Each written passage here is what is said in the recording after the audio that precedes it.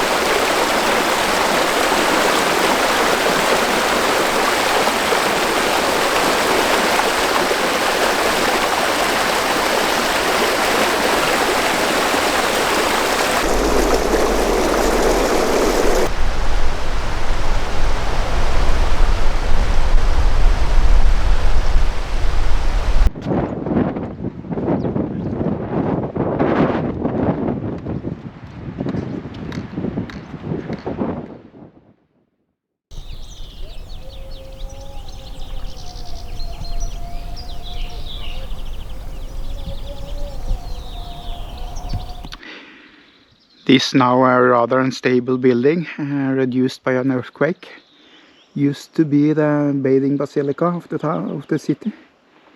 It's located outside the city gates, because it was a tradition of the day to rinse before you were allowed in. So no wash, no entry. For a newly arrival, it would probably be a good place to get the information and latest intel as well. Having done my bathing duty in the bathing basilica, it's time to enter the city through the imposing Roman gate.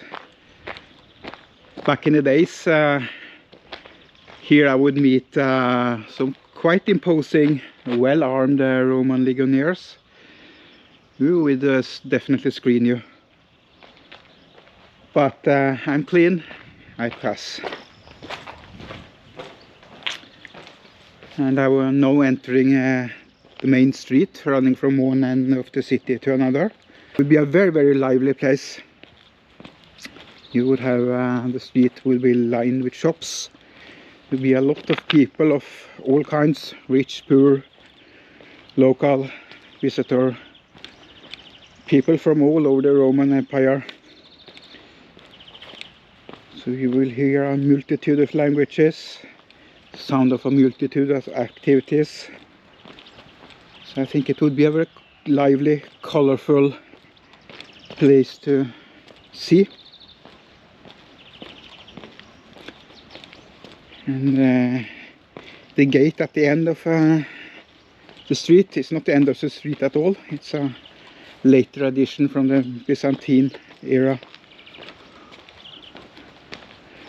In the Roman days there would be no gate in front of us now. Here is the gate with a couple of watchtowers. Some very, very strict Roman legionnaires would once have stood here.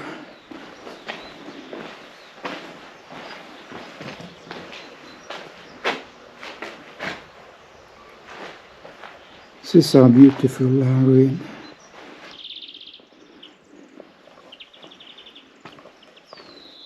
It looks like a temple or a palace, but in fact it is something far more down to earth. This is a huge communal latrine, and along this wall there would be a long bench where people sat side by side doing their business. There was very little privacy in a public Roman toilet.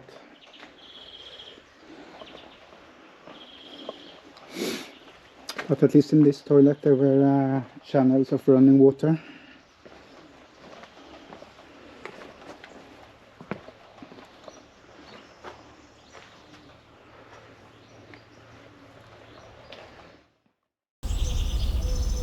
This latrine looks rather like a palace or an official building or a temple, but it is a latrine, and it's not very luxury in that way. It's very public.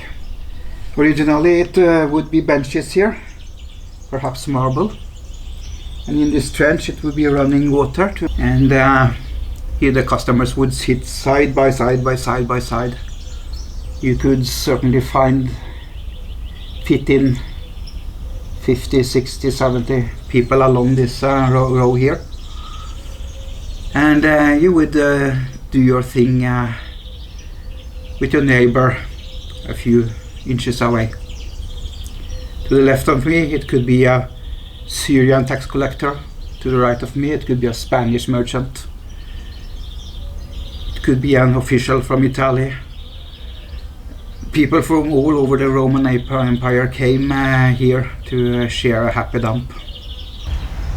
And one of the nasty aspects of the toilets in the Roman Empire was how to clean themselves. A very famous implement for that was a sponge sitting on the end of a stick and resting in salt water a year. When you needed to clean yourself, you took that sponge, cleaned yourself and put it back in, ready for use by the next customer. Wonderful.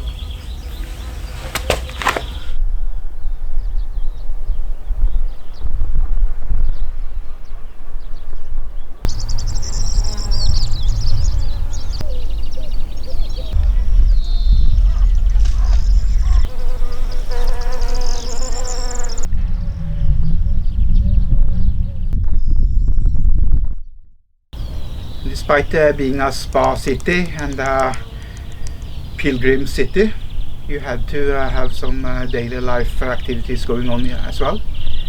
And this is one of the few sites of that kind you actually can still see in this city. It's located just outside the big Roman gate, and behind it is a mausoleum. And this is a olive press. There would be a massive wooden beam attached in here to a sort of a mechanism that doesn't exist, which in turn were connected to huge stones, which would crush down on the olives here. The olive oil would float down those trenches, down here, get collected in pottery jars and distributed for use. I'm now approaching the Plutonium. In addition to the bathing activity, this was the most important thing going on in the city. And Plutonium actually predates the city. It was activity here before the town was actually founded. Plutonium is named after the god of the underworld, Pluto. And it was believed that in this place you had an entrance to the underworld.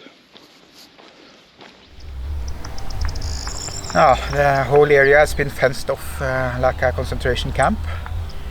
There is no way getting into the inner sanctuary, the place I really wanted to show you and myself.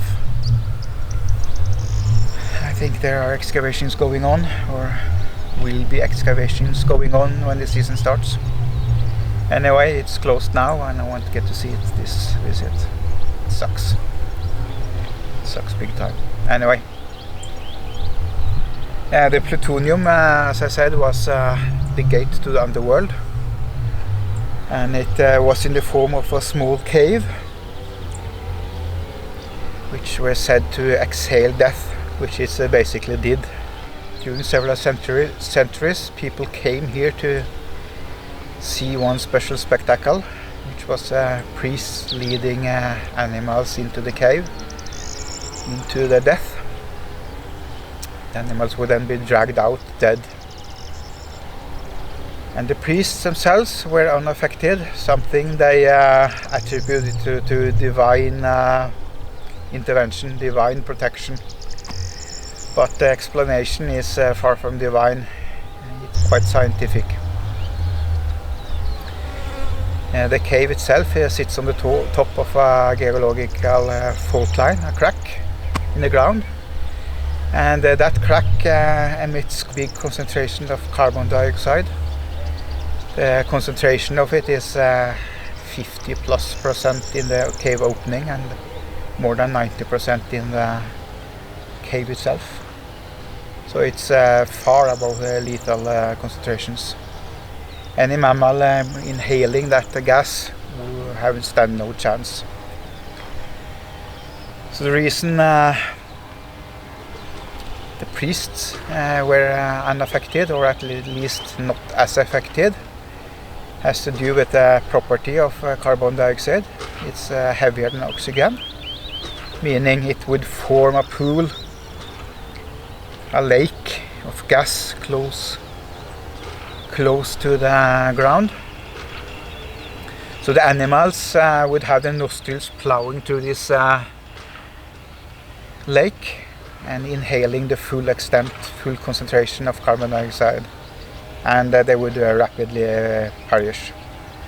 The priests, they would have the nostrils far above the main concentration and would survive. That's the boring explanation to it. But I'm pretty sure they would breathe at least as little as possible. Inside that cave it was found oil lamps, so it's quite likely there were ceremonies going on at night time, and at night time the concentration would be at its peak, because during daytime the sun would disperse the gas.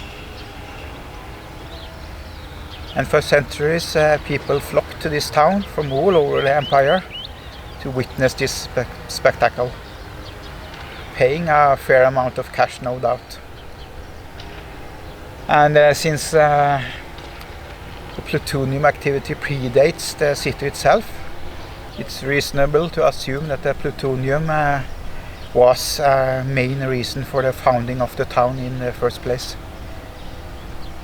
So the spa function was actually only one of the functions, only one of the reasons. And the cave is still emitting carbon dioxide, so it would be very possible to do the same thing today.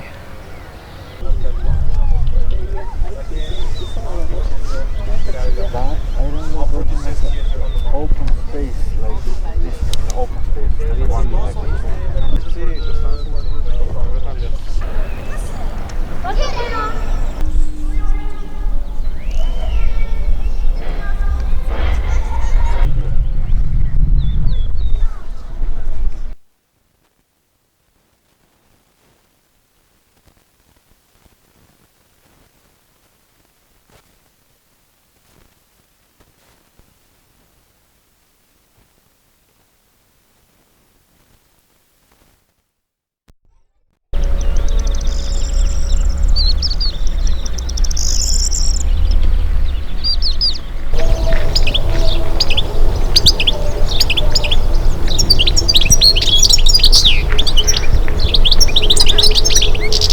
We have now arrived in what they call the North Necropolis,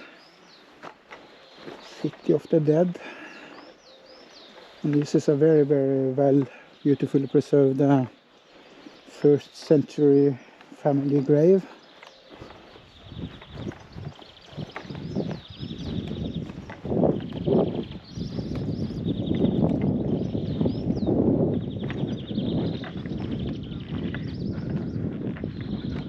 And as one can guess, they were not poor people buried here.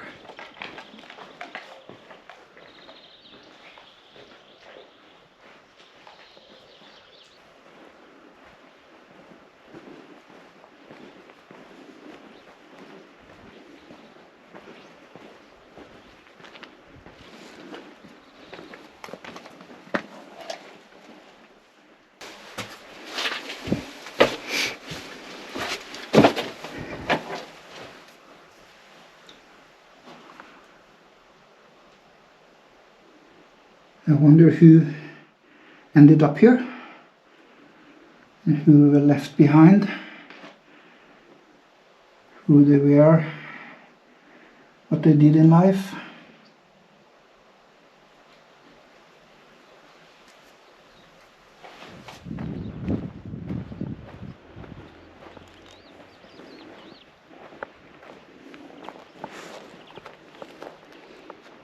This sarcophagus is obviously from the Greek period, before the Romans came.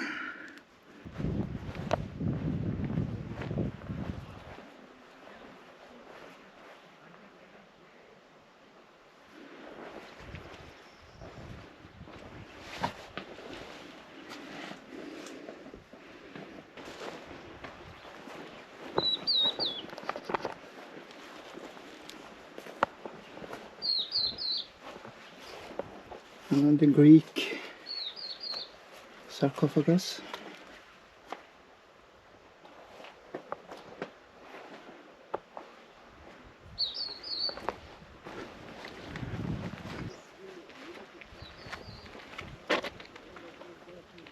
This really truly is a city of the dead. It's massive. It's really massive.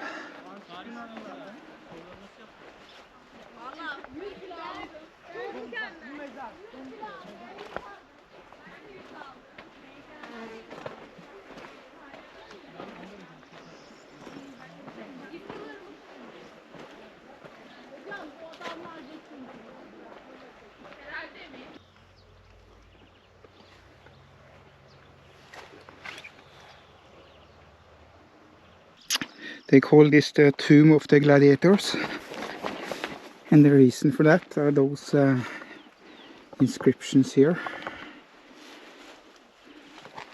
This amphora Is associated with oil, giving as a prize to the victor of a gladiator fight. And this trident was actually a gladiator weapon. So was the shield.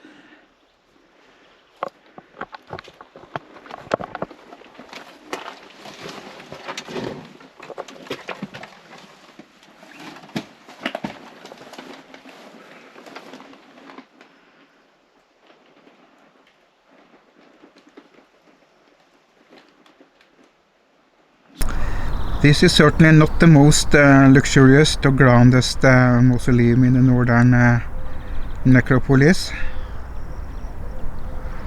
But I think nobody else beats it for location. Spectacular. I reserve this one for myself, thanks.